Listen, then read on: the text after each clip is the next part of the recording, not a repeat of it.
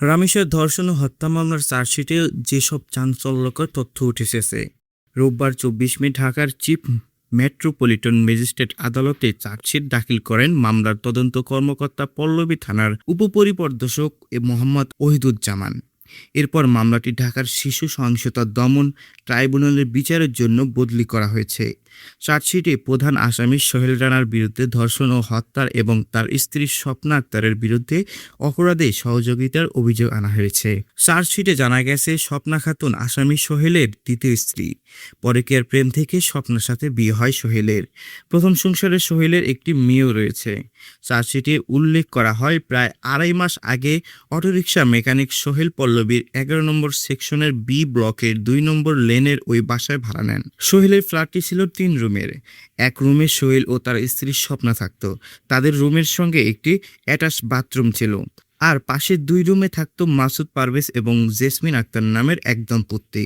আলাদা রুম হলেও সোহেল ও মাসুদের কিচেন এক রুমে ছিল। চার্জশিটে আরও বলা হয়, মাসুদ পারভেজ এবং জেসমিন আক্তার প্রতিদিন সকাল ৬টার মধ্যে বাসা থেকে বেরিয়ে যান। ঘটনার দিন ১৯ মে তারা বাসা থেকে বেরিয়ে যান।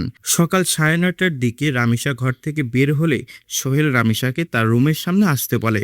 রুমের সামনে গেলে তাকে রুমের ভিতরে নিয়ে বাথরুমে ধর্ষণ করেন সোহেল। এ সময় রামিসা চিৎকার করলে তাকে শ্বাসরোধে হত্যা করা হয়।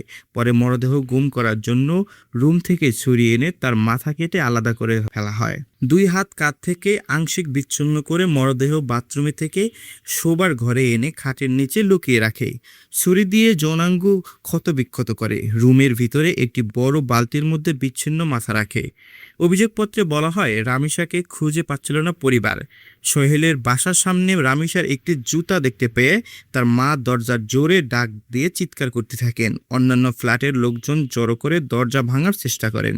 এ সময় সোহেল বাথরুম থেকে রামিসার দেহ রুমে নিয়ে যায়। স্বপ্নার লাশ দেখে এবং দরজা ভাঙার শব্দ শুনে ছিটকানি লাগিয়ে দেয়। পরে লোকজন রুমে ঢুকে রামিসার লাশ দেখতে পেয়ে সোহেলের বিষয়ে জানতে চাইলে স্বপ্না জানায়, গ্রিল কেটে পালিয়েছে সোহেল।